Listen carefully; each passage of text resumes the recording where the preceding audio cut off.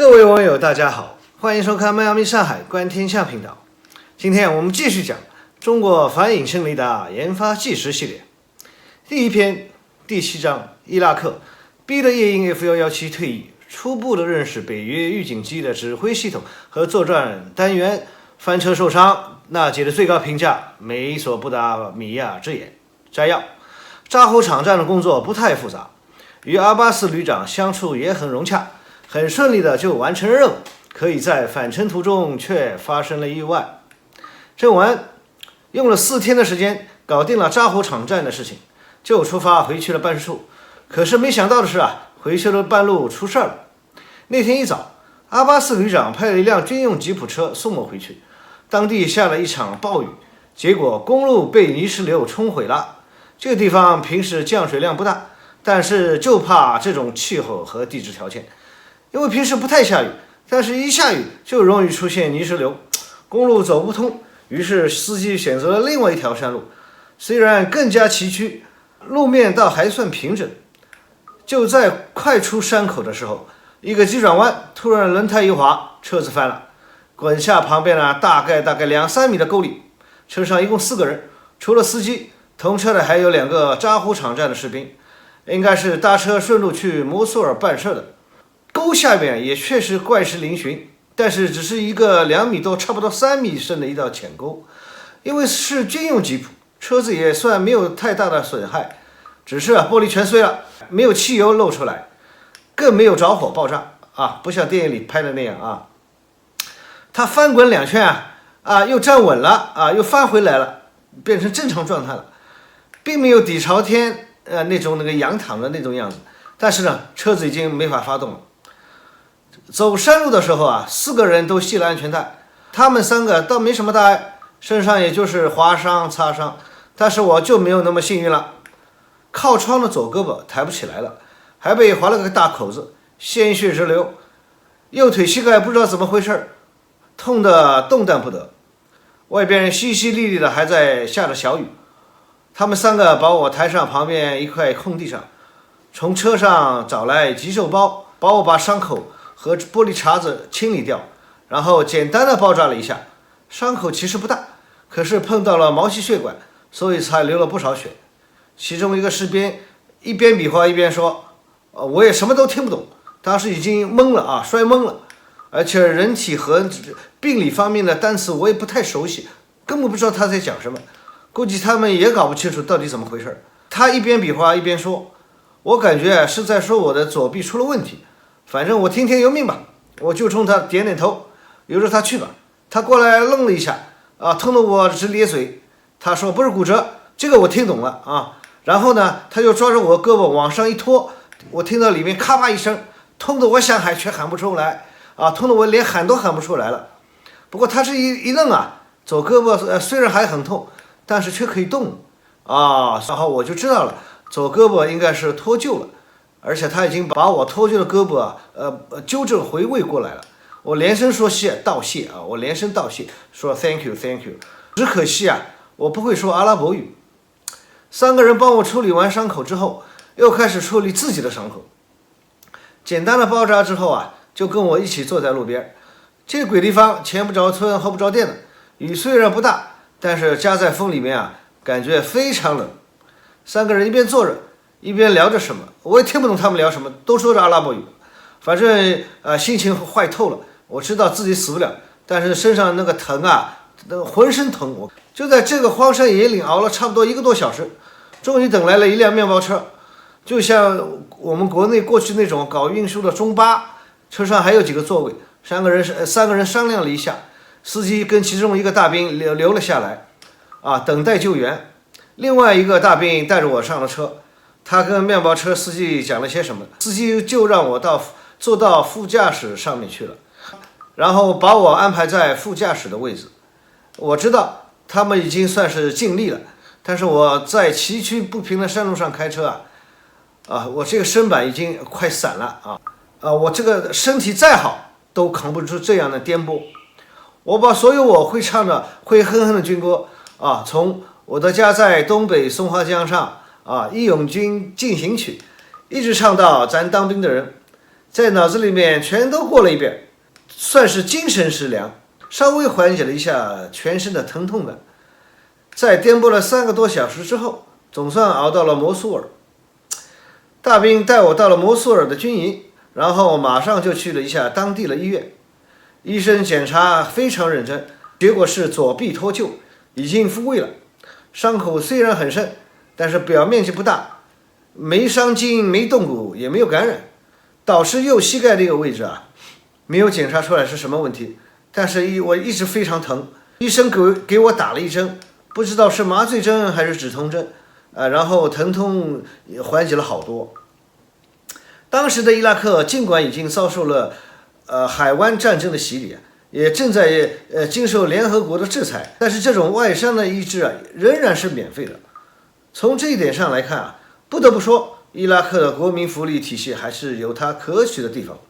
也对得起它6、7千年文明古国的历史。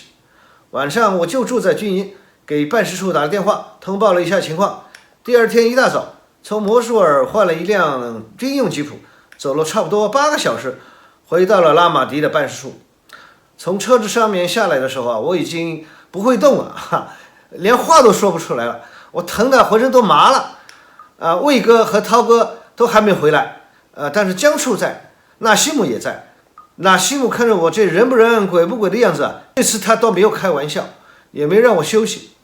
就直接把我塞到车上，直接去了医院。有纳西姆真的是非常幸运的一件事，他懂中文又懂阿拉伯语，否则我一个人去医院哪儿都说不清楚我连找谁都不知道这次去了医院，在类似挂号登记的地方要求出示身份证或者护照，我出示了我的伊拉克驾照。这东西一出厂就有非常大的用场，虽然用不着自己出钱，仍然是不用自己掏1分钱，全部免费。又是检查还是没有检查出来什么问题，所以医生开了一些止痛药，让我休息了几天，又跟纳西姆说了几句，嘱咐了一下。出了医院之后我就问纳西姆哪里有卖牛骨头的地方我脑子里想着按照咱们中医的说法缺什么补什么，但是纳西姆说拉玛迪本地牛肉很少鸡肉和羊肉倒是挺多，还有就是骆驼肉，但是伊拉克人呢，这是吃骆驼肉是伊拉克人的传统，但是伊拉克人很少炖骨头汤，他们只吃肉骨头只在牛排里面见过。不过医生让他找一点本地的草药，说可能是拉伤，用一点草药擦一下敷一下，然后纳西姆就神神秘秘的告诉我还有东西要交给我。医院距我们办事处不远，其实拉玛迪本身也不大，估计还没有摩苏尔大。把我送回办事处之后，纳西姆就出去找草药去了。我觉得古代的人类文明其实归根结底大家都有相通的地方。咱们国家也有草药，阿拉伯那边也有草药，他们的医学曾经非常的发达。据说世界上最早的医学院就是阿拉伯帝国时期在叙利亚那边建立的。就算在近代，世界上第一列眼科手术和第一列肝脏移植手术也都是在叙利亚完成的那个叙利亚的巴沙尔总统自己原来本身就是眼科医生，不过叙利亚现在乱得一塌糊涂，国破家亡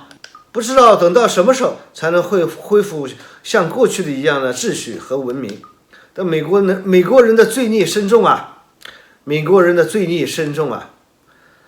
都已经吃过了晚饭，纳西姆才急匆匆地赶回来，他手里拿着一个袋子，里面有几种叶子，还有几种花花绿绿的颗粒。纳西姆去厨房找了一个倒大蒜的缸子，把叶子捣碎，然后把彩色的颗粒倒进去，搅拌均匀。他告诉我那些亮晶晶的颗粒其实是矿物盐，还挺金贵的。纳西姆把和着盐粒的草药敷在我的受伤的那个膝盖上，然后用纱布缠了几道，避免晚上不小心掉下来。搞完了这些已经很晚了，但是他还有点意犹未尽的意思，匆匆地回了一趟办公室，又马上回来，手里面拿着一个红白色的绸布头巾。伊拉克人喜欢用绿色的绸布头巾，写上真主至大必胜美国佬滚蛋之类的在大型集会的时候啊，缠在头上。那西姆展开的那个布条，那上面是黄色的手写的阿拉伯文，但是我看不懂啊。那西姆解释说，这不是普通的扎头巾，是昨天纳吉营长专程送过来的，委托他交给我的，说是送给我作为礼物，我会明白的。可是我还是一头雾水，纳吉他怎么会那么快就折返回来办事处呢？就算没有受伤，昨天我也是赶不回来的。他留这个东西给我，到底是什么意思呢？是祈福增寿的，还是其他的什么意思？带着疑惑，我问了一下纳西姆，上面写的那个阿拉伯文是什么意思？纳西姆郑重地告诉我，那上面写着美索不达米亚之眼。伊拉克人很少用红绸布头巾写字，更没见过谁用红底黄字。这样做应该是为了尊重咱们中国人的习惯。我心里明白，纳吉这个聪明透顶的家伙，一定是已经发现了波普仪的效果，但是我没有主动说，他也没法问。他的心里一定充满了感激，但是又不能跟别人提起这个事情。于是呢，他特意用这样的方式找到了办事处一位本地员工来帮忙把他那个头巾转交给我。国与国之间的关系很微妙很复杂，我们都是小人物，没有办法左右大局，但是呢，有机会为了共同的目标一起努力奋斗，彼此尊重相互信任，并因此而建立起深厚的友谊。君子之交淡如水啊！以纳吉的家境或者伊拉克人豪爽的性格，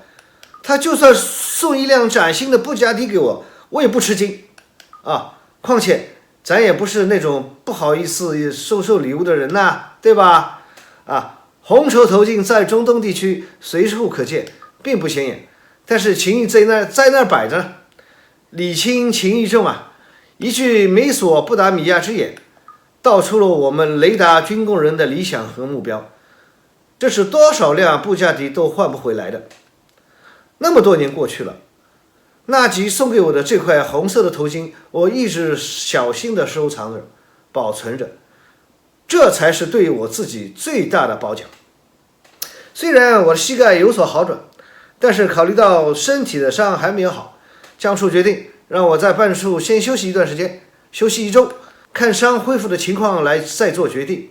是需要完成任务呢，还是应该提前回国？休息1周可以，提前回国我打死我也不回去。还真不是因为我自己有多爱国多敬业，实在是觉得太丢人了啊！作为咱们纯种的东北爷们儿士可杀不可辱，对吧？苦一点痛一点没关系，但是如果这么点伤就回去，叫我的老脸往哪儿搁呢？那以后我怎么还在厂里面和车间里面混呢？是吧？于是呢，我强忍了1周，身上也确实好了很多，外伤已经结痂，走街也没那么疼了，只是膝盖经常隐隐作痛，尤其是上下楼梯的时候。不过这些我都忍着没有跟江处讲，只要我有一口气，一定要完成我的任务，使命大于天呐。江处心里也明白，但是呢，拿我没办法，只好同意我出发去最后一个场站，著名的城市鲁特拜。鲁特拜距离拉玛迪大概300公里，就在去约旦1号公路附近，城市规模也跟拉玛迪差不多，29万人的小镇。在第一次海湾战争期间，因为作为萨达姆大叔发射飞毛腿导弹的基地而闻名。场站就位于城市的西南，在靠近11号公路的地方。鲁特拜附近有4个防空导弹营，其中2个萨姆6和2个萨姆8，由一个旅长统一管理，大概用了6天的时间。我把所有备件更换任务都完成了，又用了3天的测试，并在其中一个萨姆8上面安装了波普仪，利用其中的2个晚上进行了测试，但是都没有什么发现。身体状况确实还不是很好，还要爬上爬下，实在挺不住了。任务已经圆满完成，于是第10天我就回到了办事处。这个时候江处和涛哥也都回到了办事处，只差了魏哥，大家都完成任务，于是江处就开始安排回国的事宜。涛哥那边进展不错，他说经过一段时间的观察，大概对北约预警机的指挥系统和作战单元有了初步的认识。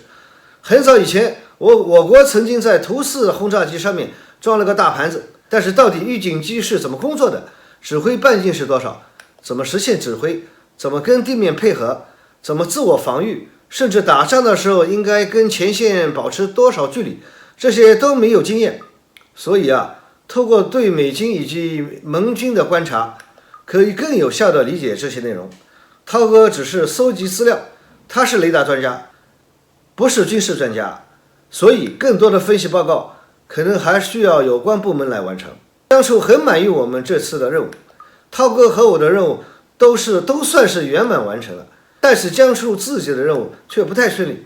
主要应该是在伊朗那边碰了钉子。这个江处没有明说，但是日后确实我见识到了。没2天，涛哥也回来了。涛哥说，伊拉克现有的歼7和米格21都已经非常的老旧了，没有得到必要的维护，就算升级成线控系统，对整体效能提升的影响也是非常有限的。不过魏哥看到了机库里面停着的苏21和苏24对地攻击机，这对我们强弩的设计将会有很大的帮助。话说回来，毛子作战他的空军和地面攻击部队都是军级指挥，是歼击机先出动然后呢对地攻击部队出动的波幅攻击的模式。但是美军作战，尤其从90年代以后，变成空军先夺取制空权，但是同时对地攻击部队进行轰炸。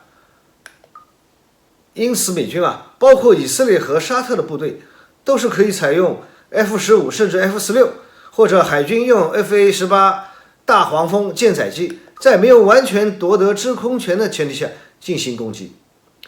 苏2-4的速度慢，对空警戒和作战能力差，可能也是这样的原因，咱们的强弩其实也没有大规模的装备部队。魏国他们起点不低没有跟着毛子走，而是直接在苏30上面开展对地攻击任务的改造，也取得了很满意的效果。